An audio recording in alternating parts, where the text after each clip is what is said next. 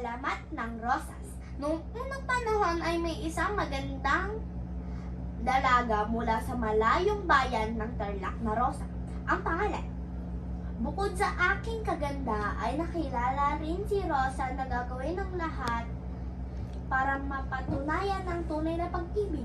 Ayon sa kwento, nakatagda ng ikasal si Rosa kay Mario.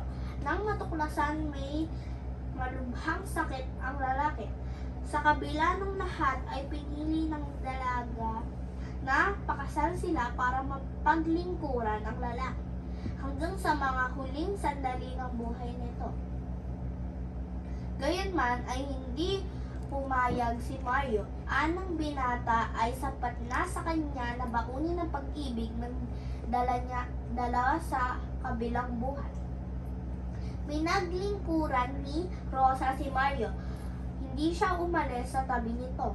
Ang ngiti niya ang nasalaysayan ni Mario sa pagkulat ng mata at ang kanya rin mga ngiti ang baon nito sa pagtulog. Ang mga ngiti rin ni Rosa ang huling bagay na nasilayan ni Mario bago po panawan ng hininga.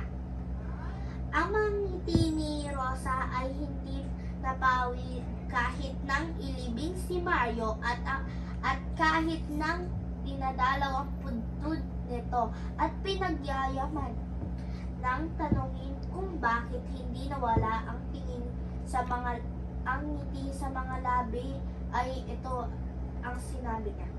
Alam kong nasaan man si Mario at ako lang ang babaeng kanyang minamahal. At alam ko rin na maghihintay siya sa akin para magkasama kami na hindi pa na maghihiwalay pa. Naging inspirasyon ng iba ang ipinakitang lalim ng katapatan at pagmamahal ni Rosa sa katipan bago mamatay. Ang hiniling ni Rosa na sa tabi ng puntod ni Mario siya inibig. Kakawat may tubong halaman sa kanyang puntod ay kay ganda ng naging mga bulaklak. Tinawag nilang rosas ang mga iyon bilang alaala ng isang dalagang simbolo ng tunay ng pag-ibig.